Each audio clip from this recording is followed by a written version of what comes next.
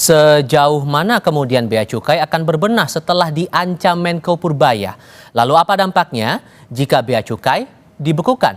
Dalam diskusi kali ini sudah bergabung bersama kami anggota Komisi 11 DPR RI dari fraksi Partai Nasdem Thorik Majidanur dan Direktur Ekonomi dari Center for Economics and Law Studies atau Celius Nailul Huda. Selamat malam semuanya, apa kabar?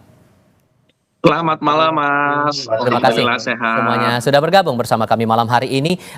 Saya ingat betul karena saya yang berada di DPR kemarin itu, Mas Thorik, dibilang Pak Purbaya biar meminta kepada Pak Presiden biarkan beri saya waktu untuk memperbaiki Bea Cukai karena ancamannya serius. Deadline 1 tahun, realistis nggak 1 tahun memperbaiki Bea Cukai menurut Anda? Di masa waktu 1 tahun menurut saya itu juga bukan waktu yang panjang, Mas, ya. Artinya 1 tahun itu sangat ketat ya, tapi itu juga bisa menjadi momentum shock terapi kalau memang targetnya jelas dan terukur. Tentunya kemarin Pak Menkyu juga kita secara terbuka menyampaikan ultimatum 1 tahun kalau tidak ada perbaikan Bea Cukai akan dibekukan dan diganti SGS seperti tahun 80-an kan, Mas. Sebenarnya kalau kita bicara citra sebenarnya dalam waktu 12 bulan itu bisa terlihat, Mas, ya. Nanti kita akan lihat bagaimana penurunan drastis laporan pungli dan penipuan yang sekarang sudah cukup banyak ya, Mas, ya. Kemudian peningkatan dan konsistensi indeks kepuasan masyarakat. Nanti kita akan bisa lihat di dalam 3 bulan pertama, 6 bulan pertama nanti tentunya kami di DPR di Komisi 11 sebagai mitra Menteri Keuangan akan terus memantau bagaimana perubahan-perubahan di dalam waktu, tidak harus langsung menunggu 1 tahun, tetapi itu akan terlihat di masa 3 bulan, 6 bulan, dan seterusnya, Mas. Kemudian nanti kami juga akan lihat tentang transparansi penindakan oknumnya, karena ini memang ini kembali mencuat semenjak kasus thrifting kemarin, Mas. Jadi transparansi nanti ini perubahan-perubahan juga kita akan kawal betul, karena memang dari sisi kinerja penerimaan juga kemarin kita lihat basis yang diterima yang dilakukan oleh Bea Cukai juga sudah cukup bagus. Artinya sampai Oktober kemarin Bea Cukai udah terima sekitar 249,3 triliun, artinya 80,3% dari outlook ya. Betul, Mas. Jadi saya rasa waktu 1 tahun ini kita melihat bagaimana optimisme Pak Menkyu kita yang sudah dirasakan seluruh elemen masyarakat kita. Tentunya saya optimis Pak Menkyu akan bisa memperbaiki di dalam waktu 1 tahun ini, Mas. Kalau kemudian Pak Purbaya bilang karena ancamannya serius, menurut Anda di DPR masalah kronis dalam tanda kutipnya datang dari SDM-nya atau sistem di Bea Cukainya, Mas? Masalahnya sebetulnya ya dua-duanya lah. Kalau kita berbicara SDM itu sebetulnya ini kombinasi ya, Mas. SDM ini merupakan di situ adalah oknum, ya kan, oknum-oknum yang memang yang bukan menjadi bagian mayoritas. Artinya dari 16.000 pekerja tentu mayoritas pasti tentunya akan baik. Kita toleransi melihat baik dari sisi mana? Baiknya kita lihat adalah bagaimana pencapaian-pencapaian sebagai tulang punggung negara. Bea Cukai ini kan sebagai salah satu tulang punggung negara yang bagaimana prestasinya memang sudah tercapai dengan baik sampai dengan Oktober kemarin. Jadi ini hanya oknum. Kemudian dari sistem memang saya mencatat ada beberapa hal, Mas. Artinya penetapan tarif nilai pabean ini yang sering menjadi masalah. Artinya saya melihat ini seringkali terjadi perbedaan pendapat karena tidak ada sistem yang baik saat ada barang masuk ke dalam lewat bandara ataupun lewat pelabuhan, atau ini sering terjadi perdebatan antara konsumen, antara pelaku usaha dengan petugas. Kemudian yang kedua adalah pengenaan sanksi, misalnya saya mestinya belanja nilai barang saya sekian, tapi kenapa dikenakan sanksi sekian, kadang-kadang melebihi barangnya lah. Hal-hal semacam inilah yang terus menjadi masalah. Dan saya di beberapa kali kesempatan saat rapat dengan Pak Dirjen Cukai, baik yang lama maupun yang baru, dulu zaman Pak Skolani dan sekarang di zaman Pak Jaka, memang masalah ini belum bisa teratasi dengan baik, Mas. Nah, Mas Huda, harus diantisipasi dua-duanya. Oke, kalau Mas Huda melihatnya SDM-nya atau sistemnya yang menurut Anda jadi ancaman serius kalau versi Pak Purbaya bilang begitu?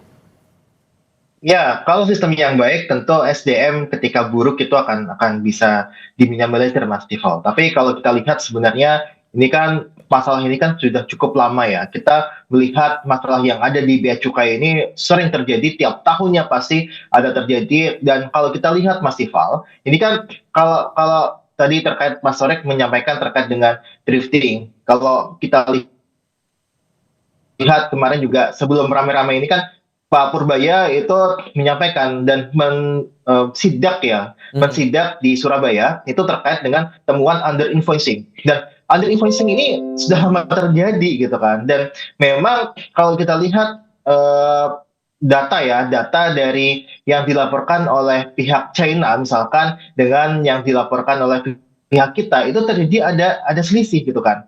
Jadi kalau kita lihat tahun 2024 saja ini kalau kita lihat ada Cina tuh ekspor ke kita itu sekitar 76 billion USD. Tapi kalau catatan yang di Indonesia itu sekitar 72 billion USD. Artinya di situ ada bisa kita bilang under influencing sekitar 4 billion USD. Baik. Dan itu kerugiannya sangat besar sekali Mas Tifa. Kerugiannya sangat besar sekali. Itu bisa sampai 5T sampai 10T gitu kan. Dan ini yang memang sudah lama terjadi karena sistemnya yang memang lemah gitu kan, sistemnya yang memang lemah, makanya ini memang perlu direvolusi secara total. Baik, kalau kemudian ada ide untuk mengalihkan itu ke SGS, dulu di tahun 85 lewat Inpres itu kan sudah dikeluarkan. Dan tapi kalau dari rekam jejaknya itu hanya bertahan 10 tahun. 1995 balik lagi urusan bea cukai ke Direktorat Bea Cukai.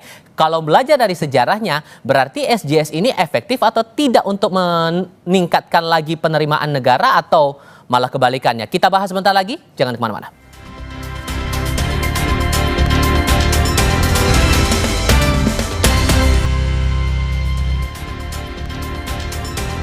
Sebelum melanjutkan diskusi, kami sampaikan dulu satu informasi yang datang masih dari Menteri Keuangan Purbaya Yudi Sadewa kemarin yang meminta bea cukai untuk memperbaiki kinerjanya. Salah satu perbaikan yang diupayakan adalah penerapan teknologi berbasis akal imitasi alias artificial intelligence. Katanya jika gagal berbenah, 16.000 pegawai bea cukai terancam dirumahkan. Kita simak.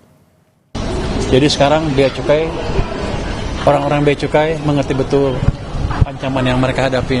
Jadi mereka sudah amat semangat memperbaiki kinerja mereka.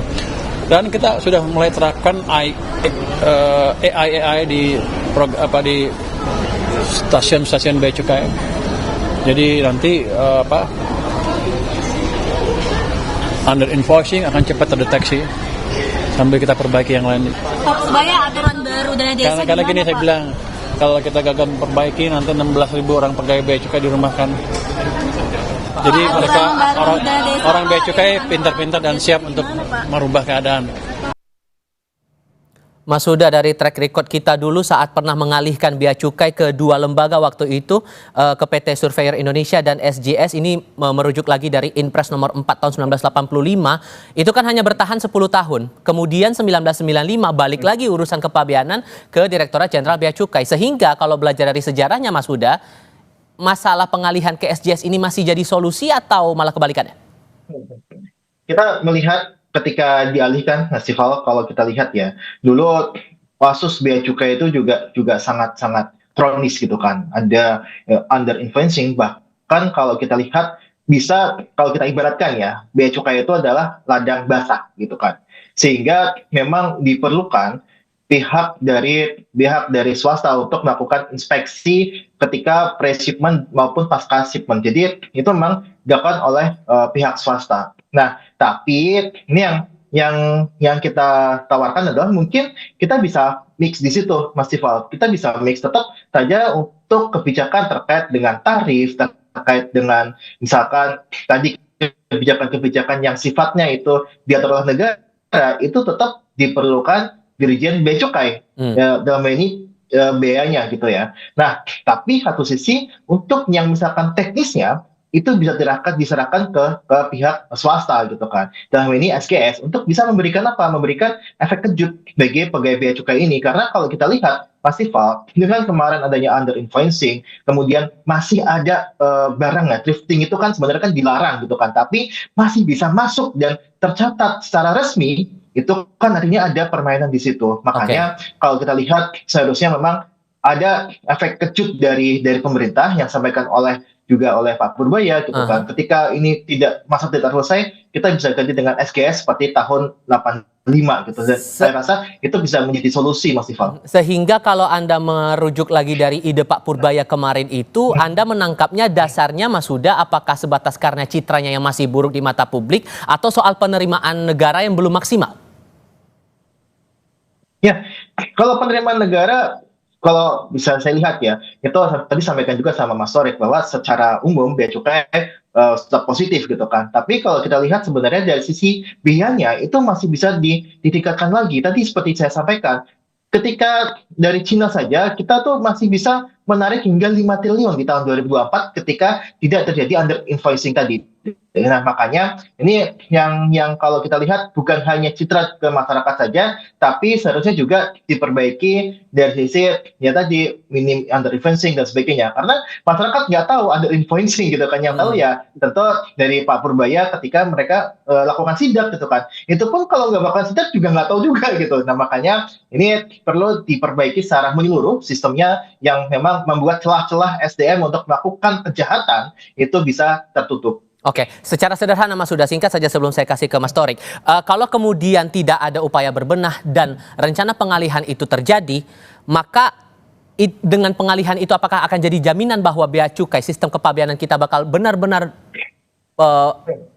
bisa berjalan sesuai aturan? Yang minimal adalah pemeriksaan teknis pra dan pasca pengkapalan atau shipment itu bisa dilakukan oleh pihak swasta yang saya rasa minim kepentingannya. Karena kalau kita lihat di berbagai prakteknya di bea cukai ini, ketika pejabat minta sesuatu itu bisa dikabulkan gitu. Nah, ataupun seseorang minta sesuatu itu bisa dikabulkan gitu kan. Makanya syarat minimal dengan adanya pengalihan ke SGS itu bisa melakukan lebih baik terkait dengan pemeriksaan teknis. Jangan lupa yang kita sarankan adalah teknisnya saja, bukan secara kebijakan bea cukai secara keseluruhan. Oke. Dan ini juga terkait dengan bea saja, tidak terkait dengan cukainya. Oke, Mas Torik, kekhawatirannya dua kalau begitu. Ya. Kalau kemudian dialihkan, ada pihak asing yang kemudian mengatur masalah kepabeanan kita, itu satu. Dan yang kedua, ancaman yang terang-terangan disampaikan Pak Purbaya, 16.000 pegawai bea cukai akan dirumahkan. So, benefit risikonya menurut Anda mana yang paling tinggi, benefitnya atau risikonya? Tentu Mas, saya sebagai anggota DPR ini ya, saya melihat ancaman ini memang shock terapi yang keras ya. Tapi saya melihat ini bukan solusi tunggal dan kita harus sangat berhati-hati sekali karena memang di atas kertas melibatkan pihak ketiga ini bisa menutup sebagian ruang pungli memang di pintu-pintu masuk harapannya ya. Tapi karena prosesnya di sana bisa lebih digital dan dianggap lebih berstandar internasional. Tapi tetap masih ada main di situ ya, celah-celahnya ya. Kita harus berbicara tentang kedaulatan dan akuntabilitas. Artinya kan bea cukai ini kan bukan sekedar jasa logistik, Mas. Tapi sebagai garda terdepan perlindungan industri nasional kita dan industri kesehatan ataupun industri-industri yang lain dari segala sampai narkotika dan senjata, ini benteng terdepan kita. Kemudian kita bagaimana bisa menyerahkan fungsi strategis itu ke pihak swasta atau asing tanpa desain regulasi yang sangat ketat. Ini bisa-bisa akan menimbulkan resiko-resiko baru, artinya biaya layanan bisa naik, sengketa dengan pelaku usaha, kontrol negara jadi tidak langsung. Kemudian dari sisi politik anggaran juga, penerimaan kepabeanan juga yang mencapai hampir 50 triliun per Oktober ini tidak boleh terganggu hanya karena tergesa-gesa mengganti skema, Mas. Itu menurut saya gitu. Kemudian kalau kita berbicara citra ya yang jadi target atau penerimaan negara tidak maksimal, menurut saya dua-duanya penting. Tapi yang sedang krisis justru adalah kepercayaan rakyat, Mas, bukan hanya angka penerimaan. Kepercayaan dalam konteks apa nih? Citranya atau emang kinerjanya atau apanya? Kinerjanya artinya begini, Mas, masalah utama ini kan bukan penerimaan yang anjlok, tapi legitimasi cara penerimaannya. Rakyat melihat kasus flexing pejabat, dugaan pungli kemarin thrifting 550 juta per kontainer, sampai ribuan kasus penipuan masalah perbedaan interpretasi, pengenaan nilai pabean, sanksi administratif. Ini cukup mengganggu sekali. Jadi kalau citra dan trust rusak, ruang untuk kebijakan fiskal ke depan juga akan tergerus, Mas. Karena setiap kenaikan tarif atau pengetatan pengawasan akan selalu dicurigai sebagai upaya mencari rente ya kan, Mas. Bukan melindungi industri dan hal-hal yang lain yang diperlukan oleh masyarakat kan begitu. Kemudian kalau kita lihat, Mas ya, tadi dari kalau misalnya dibekukan pegawainya dikemanakan kan begitu. Itu. Karena kita lihat kemarin Pak Menko menyebut bea cukai ada sekitar 16.000 pegawai. Artinya kalau ini benar-benar dibekukan, kita bicara tentang 16.000 keluarga yang terdampak. Nah, kalau kita berbicara sebagai pendukung pemerintahan sekaligus wakil rakyat, ada dua hal sekaligus, Mas. Yang pertama, pegawai yang bersih harus dilindungi dan mendapat kepastian nasib. Misalnya kan Kemenku ini membawai banyak hal. Artinya dipetakan dulu, di screening secara integritas. Kemudian bisa dilakukan penempatan ulang ke unit-unit lain di Kemenkeu atau lembaga keuangan negara lain bagi yang rekam jejaknya baik. Kemudian pegawai yang terbukti bermain harus diproses hukum, bukan sekedar dipindahkan. apalagi di tengah data pungli dan penipuan yang sudah merugikan masyarakat miliaran rupiah. Baik. Jadi secara hukum pembubaran Dirjen Bea Cukai ini bukan keputusan satu malam, Mas. Ini perlu revisi Undang-Undang Kepabeanan dan juga pembahasan resmi di DPR. Baik. Di ruang itu kami di Komisi 11 bisa memastikan antara transisi kelembagaan ini tidak mengorbankan hak pegawai yang tata aturan dan tetap menjamin pelayanan ke rakyat dan dunia usaha. Begitu, Mas. Sehingga poinnya harus hati-hati mengeluarkan kebijakan ini, jangan sampai dampaknya akan lebih panjang lagi urusannya. Tapi ya kita harapkan kebijakan Betul. inilah yang betul-betul dipahami betul oleh pemerintah. Mas Torik, terima kasih. Mas Ya. Huda, terima kasih sudah mau berdiskusi bersama kami malam ini. Selamat malam semuanya.